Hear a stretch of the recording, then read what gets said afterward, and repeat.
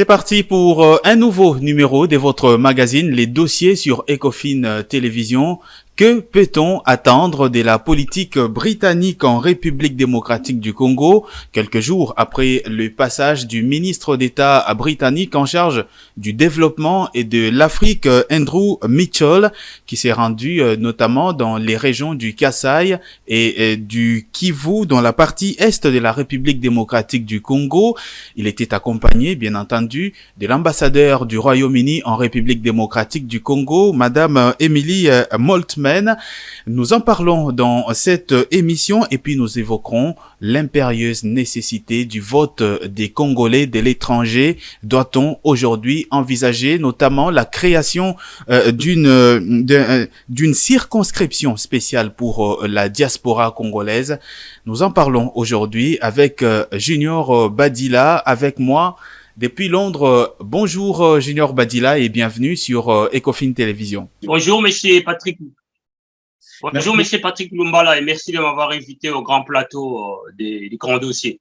Merci beaucoup d'avoir accepté donc notre invitation. Je rappelle, vous êtes journaliste et fondateur des AUK Radio depuis Londres, une radio que vous gérez depuis Londres. Vous êtes aussi fondateur des CD Return, cette structure qui s'occupe notamment, qui réunit plusieurs Congolais vivant dans la diaspora et plus spécifiquement ceux du Royaume-Uni. Merci beaucoup d'avoir donc accepté notre invitation. Alors, première question, que peut représenter cette visite du ministre d'État britannique en charge du développement et de l'Afrique en République démocratique du Congo? Est-ce qu'on peut s'attendre à un tournant dans la politique de la Grande-Bretagne, donc du Royaume-Uni ici en RDC? Absolument, absolument. C'est vraiment un grand tournant, comme vous l'avez dit. Mais je vais d'abord vous donner les faits. Vous savez, la Grande-Bretagne n'a pas jusque-là eu une politique de foreign affairs, comme on dit, une politique étrangère particulière pour l'Afrique, notamment l'Afrique francophone. Les relations entre la Grande-Bretagne et certains pays d'Afrique, notamment les Afriques anglophones, s'est passé autour du Commonwealth, l'équivalent de l'OIF, l'Organisation internationale de la francophonie, ou la France-Afrique. Donc, toute relation avec les pays passés autour des Commonwealth. Mais évidemment, le pays, la République démocratique du Congo, n'est pas membre des Commonwealth. Donc, les relations entre la République démocratique du Congo et la Grande-Bretagne, ça passait notamment autour de l'humanitaire. Mais là, on commence à voir depuis 1994, je dirais depuis 1997, l'arrivée de Tony Blair. Tony Blair fut Premier ministre de la Grande-Bretagne de 1997 à 2007, pendant 10 ans donc.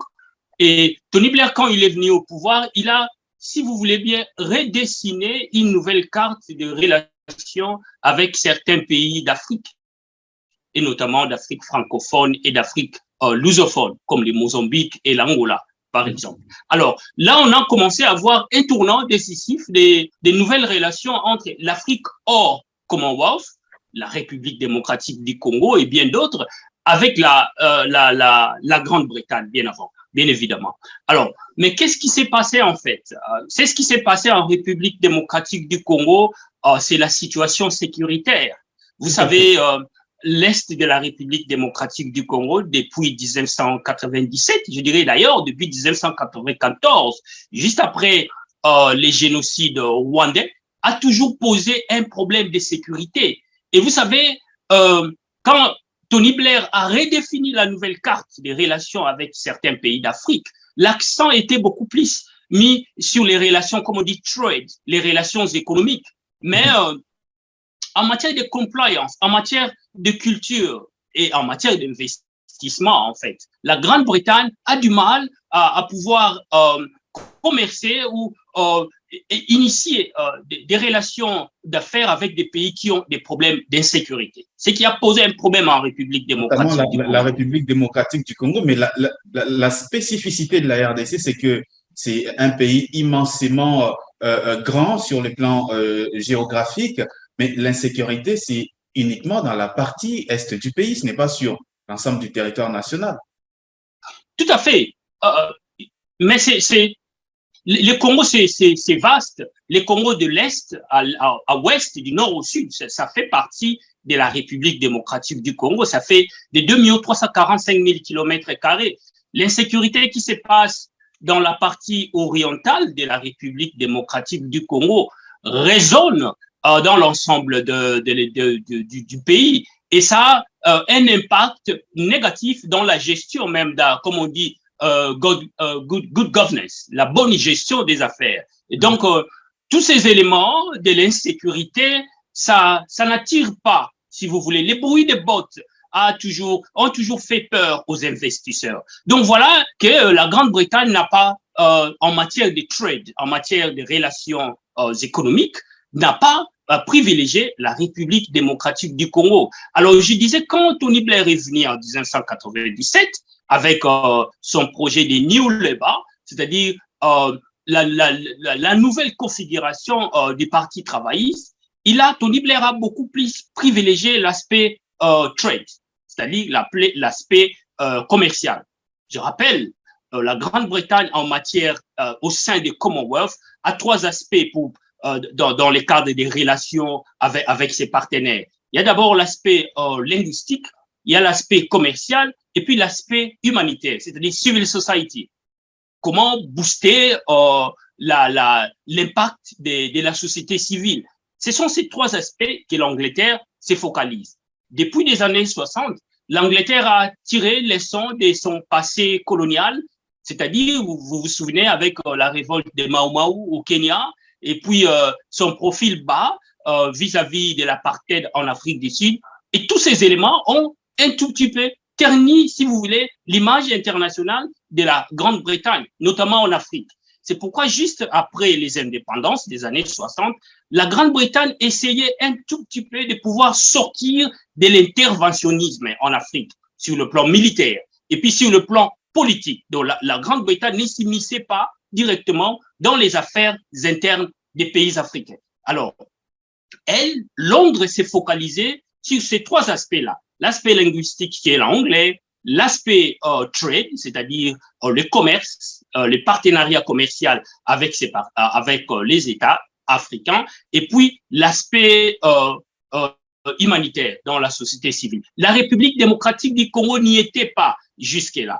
Alors, la République du Congo commence à être raisonnée à Londres à cause de l'insécurité. Juste pour répondre à votre question, que non, l'insécurité se passe dans la partie orientale, mais ça affecte tous les pays, tout l'ensemble du pays. C'est seulement en 1997, 1998, et que la République démocratique du Congo a commencé à être, si vous voulez, dans l'agenda de la Grande-Bretagne. Et à cause de l'insécurité, à cause notamment des milices, des multitudes de milices qui est à l'est de la République démocratique du Congo. Et justement, Andrew Mitchell qui vient en République démocratique du Congo et passe dans la région du Kasaï avant de chuter dans la partie est de la République démocratique du Congo. Il a fait en quelque sorte un don à la population pour l'éducation des jeunes filles dans la partie centre du pays. Donc, on peut dire aujourd'hui que la politique britannique en République démocratique du Congo, vous avez évoqué trois aspects. On peut mettre la République démocratique du Congo dans l'aspect humanitaire, tout simplement.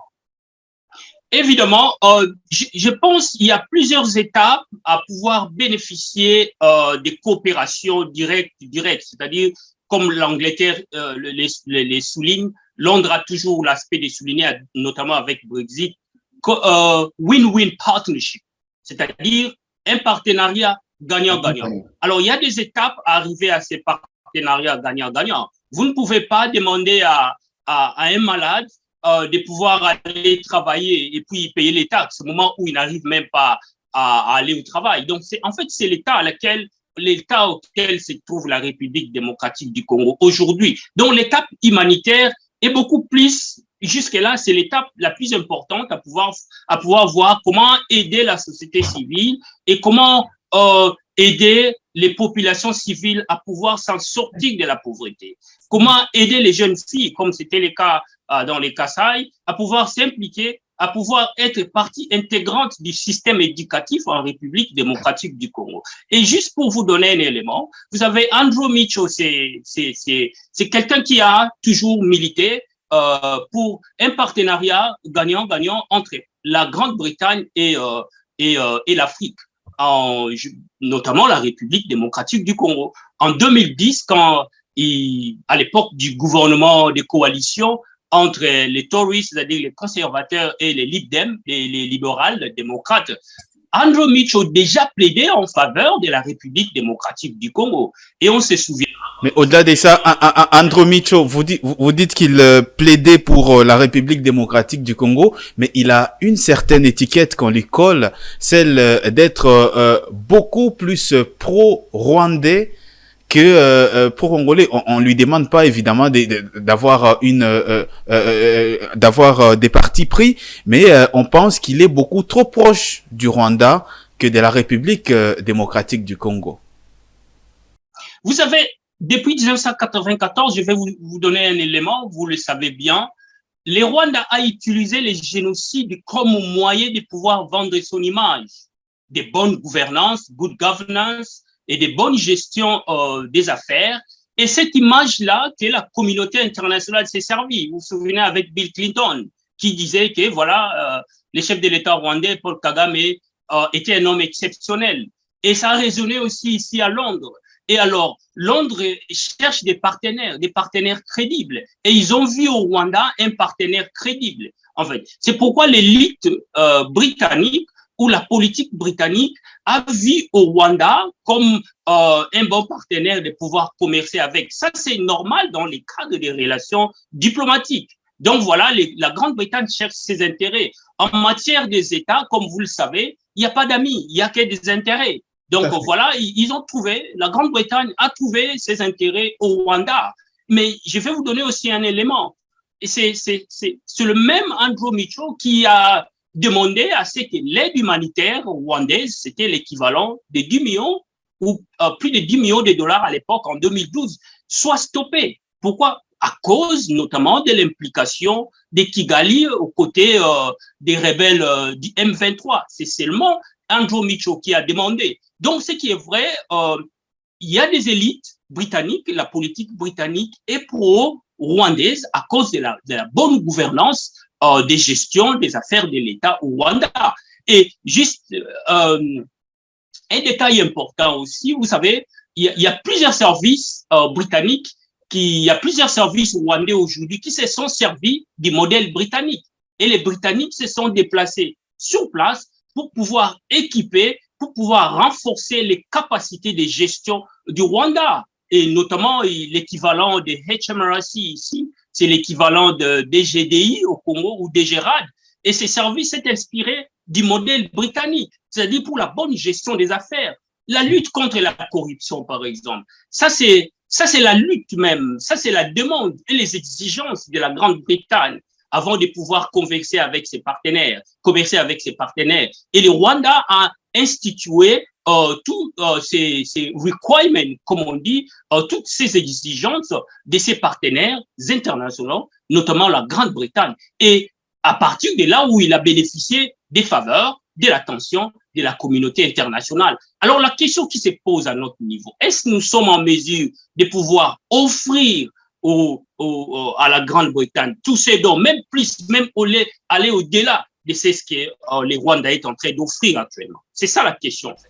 Justement, c'est ça la question, et il n'y a que les intérêts des uns et des autres qui priment. Au niveau de la République démocratique du Congo, depuis quelques mois, il y a des interrogations qui se soulèvent suite notamment à un projet de loi du Royaume-Uni, un projet de loi qui consistait à envoyer des migrants irréguliers au Rwanda, lorsqu'on sait aujourd'hui que le Rwanda est un pays à une démographie vraiment en croissance et à une géographie très très réduite. On se demande Pourquoi envoyer des migrants irréguliers au Rwanda alors que le pays est trop petit? N'est-ce pas là une façon pour le Royaume-Uni de soutenir de manière implicite les envies expansionnistes de Paul Kagame, notamment vers la République démocratique du Congo?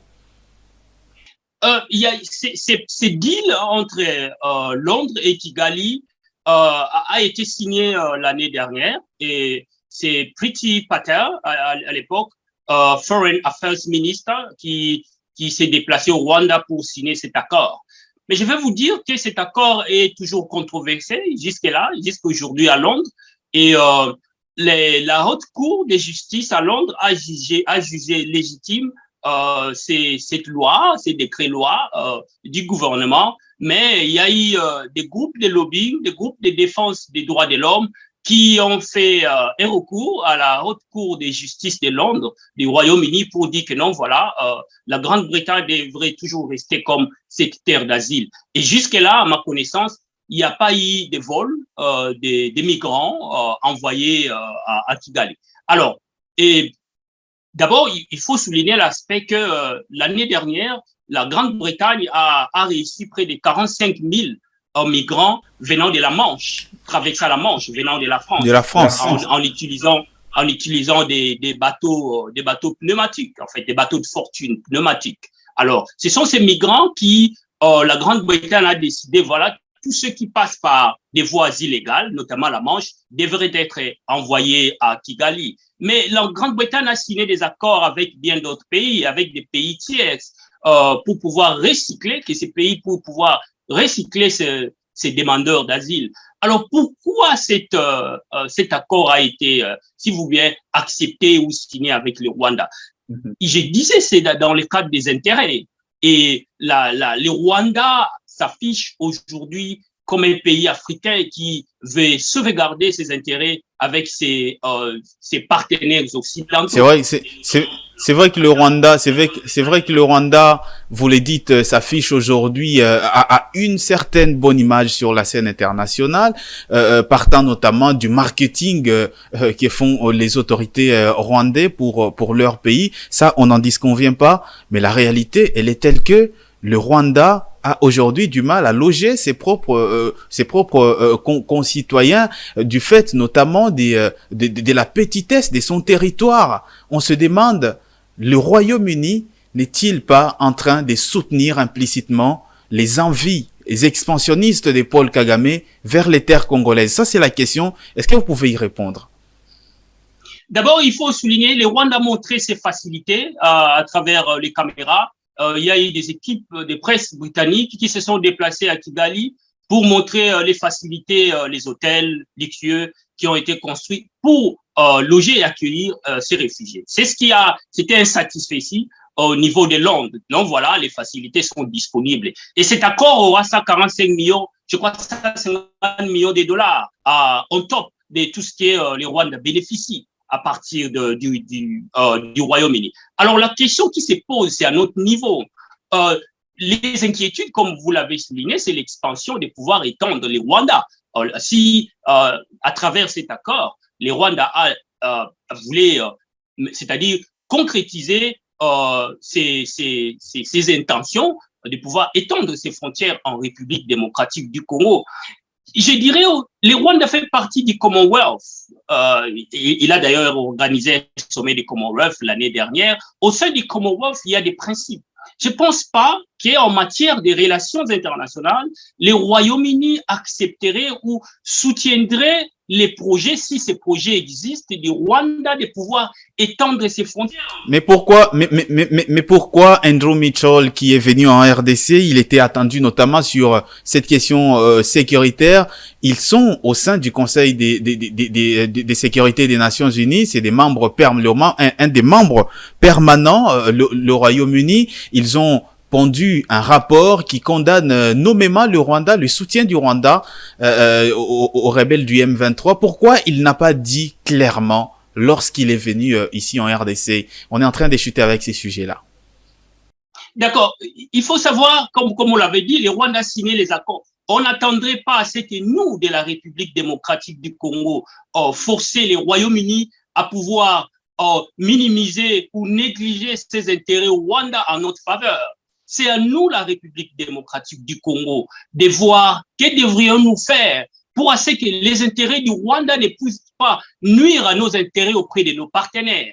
Le Royaume-Uni s'affiche être un partenaire aussi crédible pour la République démocratique du Congo. J'ai suivi l'interview du chef de l'État. J'ai lu son interview à travers The Times qui est un magazine britannique, il disait, le chef de l'État disait bien que non, voilà, le Royaume-Uni est en train d'observer un profil bas vis-à-vis du Rwanda. Et c'est l'impression que nous autres, nous avons vis-à-vis du Royaume-Uni. Et ce sont des démarches que la diaspora a toujours jouées auprès de l'élite britannique pour dire, bon, voilà, vous avez l'intérêt vis-à-vis du Rwanda, mais n'oubliez pas que la guerre en République démocratique du Congo concerne aussi le Rwanda. Le Rwanda est impliqué en République démocratique du Congo. C'est plus un secret polichinelle, le monde le sait aujourd'hui. Et le chef de l'État rwandais lui-même l'a dit, que non, voilà, il va demander au M23 de pouvoir de ne pas progresser dans ses intentions de pouvoir prendre Goma. Ça, c'est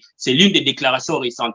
Donc, pour revenir à André Micho, il est ministre, il est politicien, il défend les intérêts de son pays. Au même moment, il est en train de voir comment est-ce que les intérêts de la Grande-Bretagne ne seraient pas négligés, les intérêts de la Grande-Bretagne à Kigali ne seraient pas négligés ou n'affecteraient pas la République démocratique du Congo. Donc, pour sa visite, revenons à votre question, sa visite est très importante en République démocratique du Congo parce qu'il a bien visité bien d'autres pays, mais en République démocratique du Congo, il a aussi échangé avec l'administration militaire à l'est de la République démocratique du Congo. Il a été reçu, je crois, par les chefs de l'État et les premiers ministres et les ministres des Affaires étrangères, Lutundu Lapala. Donc voilà, ce sont des éléments qui atteste que non, voilà, la Grande-Bretagne est disposée à pouvoir s'ouvrir un nouvel élan des relations bilatérales, win-win partnership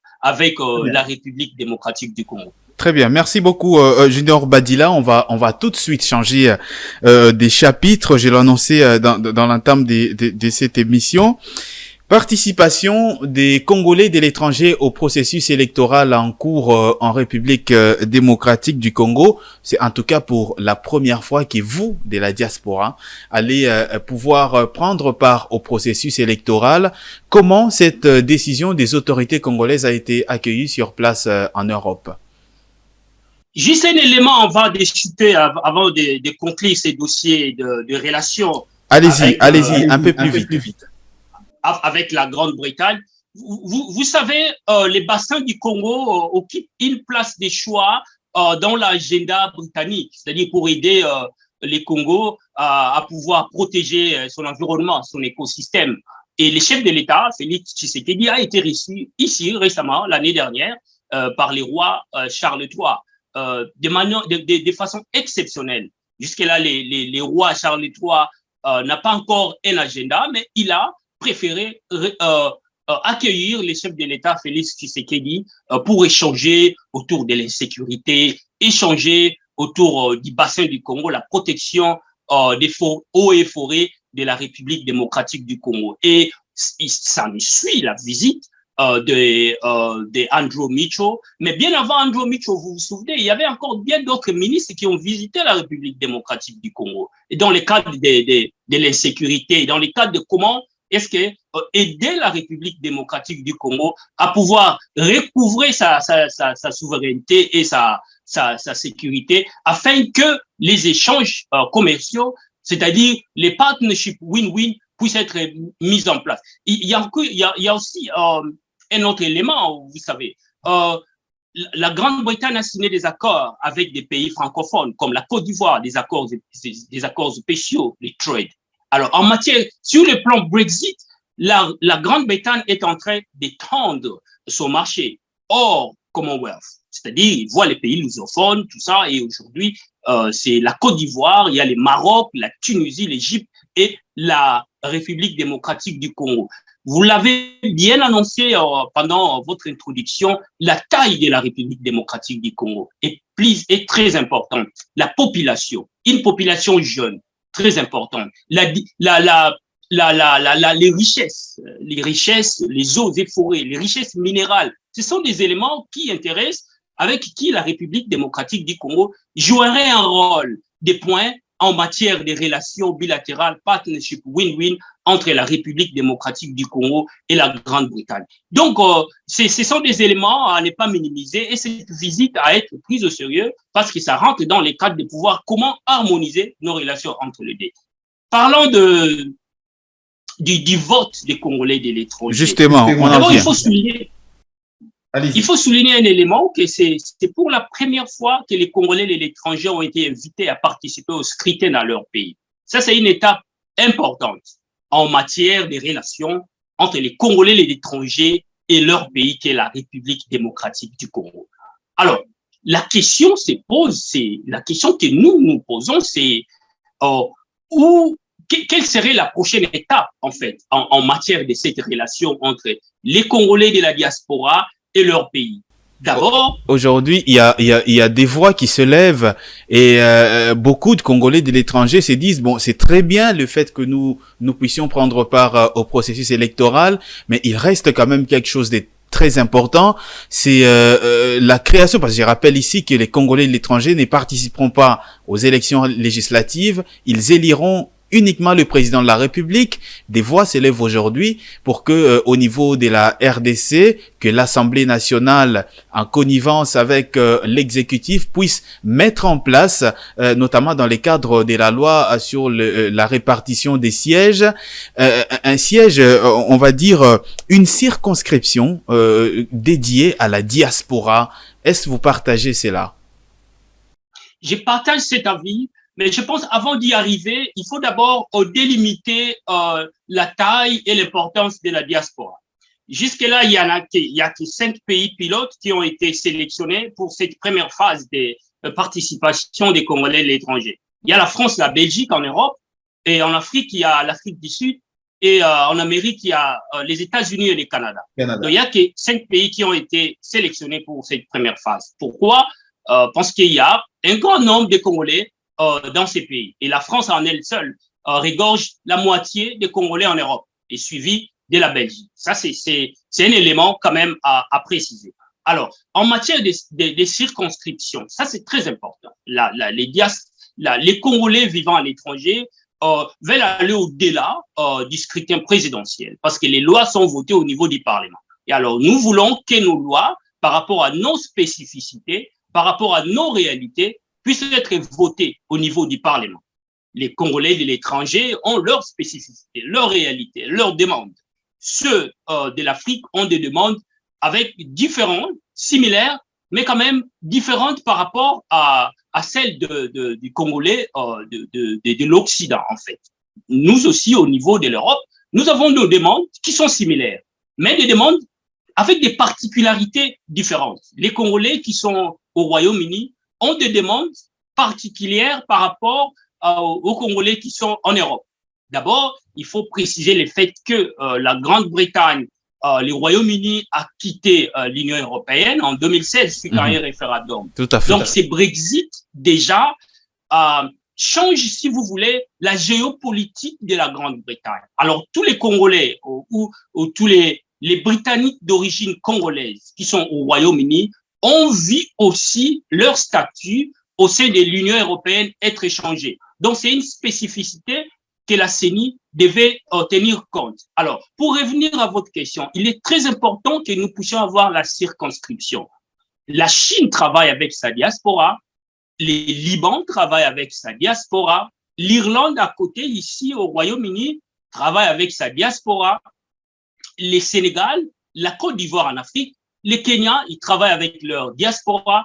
Il y a une circonscription d'Ivoiriens de l'étranger au sein de l'Assemblée parlement, au sein de l'Assemblée ivoirienne. Il y a aussi une circonscription des Sénégalais de l'étranger au sein du Parlement. Et nous demandons pareil. La République démocratique du Congo, c'est à peu près 100 millions d'habitants aujourd'hui, mais en matière de taille de la diaspora, je pense que nous sommes un grand nombre de Congolais, au-delà de 5 millions, vivent à l'étranger et ils veulent participer déjà au scrutin législatif et aussi au scrutin présidentiel. Donc, c'est très important, cette demande-là, de pouvoir préciser que nous voulons au-delà des relations traditionnelles entre transfert des fonds et puis des relations traditionnelles. Nous voulons aller au-delà, c'est-à-dire recontextualiser les relations entre les Congolais de l'étranger et leur pays à travers ces scrutins qui est une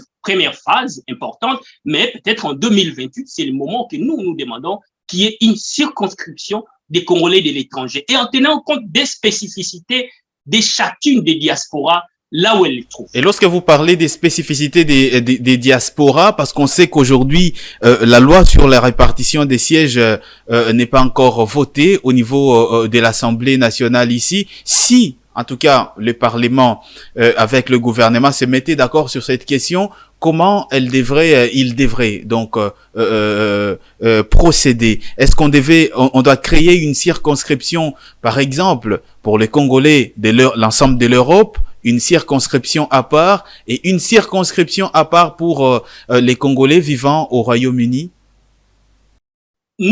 La circonscription pourrait être conçue ou taillée sur mesure par rapport aux 4 coins du continent, par rapport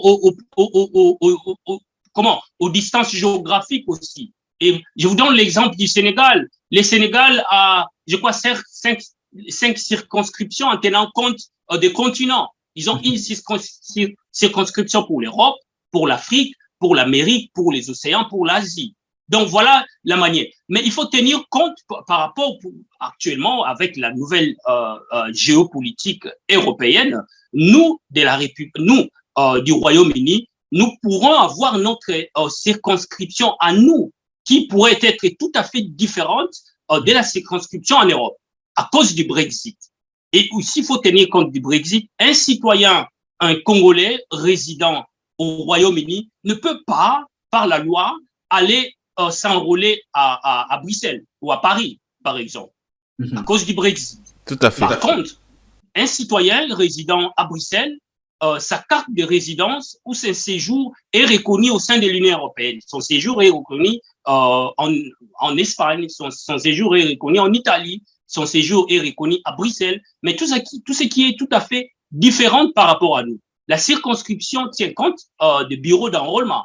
Nous pouvons avoir notre bureau d'enrôlement au Royaume-Uni en tenant compte des spécificités. Et le Royaume-Uni est vaste. Vous avez l'Écosse, vous avez l'Irlande, vous avez les pays de Galles et vous avez l'Angleterre. Et tout ça est géré par une seule ambassade. Donc, l'ambassade de la République démocratique du Congo, ici à Londres, s'occupe de ces pays, s'occupe de l'Angleterre, du pays de Galles, de l'Écosse et de l'Irlande. Donc voilà, c'est déjà, le Royaume-Uni est déjà vaste. Donc en tenant compte de ces éléments, de cette circonscription, nous pourrons déjà commencer à pouvoir travailler tout autour et à pouvoir délimiter la diaspora. Nous sommes un peu dispersés, c'est le travail d'ailleurs que Sidi Return est en train de faire, de pouvoir, si vous voulez, regrouper les Congolais au sein d'une plateforme et à pouvoir échanger autour de nos spécificités. Donc voilà un peu c'est ce que la CENI et le gouvernement et la loi qui sera peut-être votée. La loi sur les répartitions des sièges. Mars, la session de mars qui va plancher sur la nouvelle loi ou sur des lois, et notamment la loi électorale. Et il y a aussi d'autres spécificités en matière de la binationalité. C'est un élément important que nous, de la diaspora, nous avons toujours demandé la loi. Allez-y, un peu rapidement, on est en train d'échuter.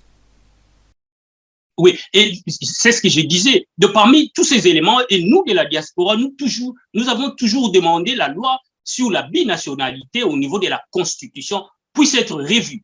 Et c'est devenu caduc, l'unicité de la nationalité congolaise puisse être toujours maintenue. Les pays ont évolué, le monde est devenu global. Donc voilà, et aujourd'hui, la première étape, c'est l'enrôlement des Congolais de l'étranger pour participer au scrutin présidentiel. Et nous voulons voir que voilà, et cette relation entre nous, des Congolais de la diaspora, avec notre pays qui est la République démocratique du Congo, avec nos institutions, puisse aller au-delà. C'est-à-dire avoir une circonscription à nous, voter des lois par rapport à nos spécificités et revoir des lois, notamment la loi sur la binationalité.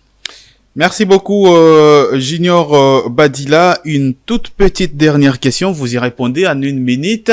C'est vrai que la CENI et le gouvernement congolais ont ciblé les 4 zones des Congolais de l'étranger qui devront participer donc aux élections, aux prochaines élections. Est-ce qu'il y a eu un certain sentiment d'injustice que vous avez ressenti, notamment au Royaume-Uni, parce que je rappelle que vous, les Congolais du Royaume-Uni, n'allez pas participer à ce processus électoral? Je ne dirais pas tout, je ne dirais pas un sentiment d'injustice, mais je dirais c'est un problème d'ordre logistique et je comprends la CENI. J'ai eu quand même à échanger avec quelques membres de la CENI, je ne vais pas citer les noms, qui au sein de Sidi Wheaton, nous avons eu des échanges. Ils nous ont expliqué que voilà, dans le passé, il y a eu quand même des tentatives de pouvoir inclure les Congolais de la diaspora. Ça n'a pas été le cas. C'est pour la première fois et c'est juste une étape d'essai, comme étape, une étape pilote. Vous savez, la CENI avait toujours jugé ces processus d'enrôlement des Congolais de l'étranger comme un processus fastidieux, c'est-à-dire long et coûteux en matière de logistique. Et là, pour la première fois, une étape a été franchie. Et nous pensons que peut-être dans les prochaines échéances, le Royaume-Uni serait impliqué et bien d'autres pays, pourquoi pas la Norvège, pourquoi pas la Finlande, la Suède, parce que c'est aussi des pays où on trouve un grand nombre de Congolais. Merci beaucoup, Junior Badila, d'avoir répondu à toutes mes questions aujourd'hui dans le cadre de ce magazine Les Dossiers sur Ecofin Télévision. Merci, M. Patrick Lumbala, de m'avoir invité. C'est toujours un plaisir. Merci beaucoup d'avoir été avec nous. Merci à vous également, chers téléspectateurs, d'avoir suivi ce numéro de votre magazine. C'est terminé pour aujourd'hui. Je vous retrouve très prochainement pour un nouveau numéro. Mais d'ici là, portez-vous bien et excellente suite de nos programmes.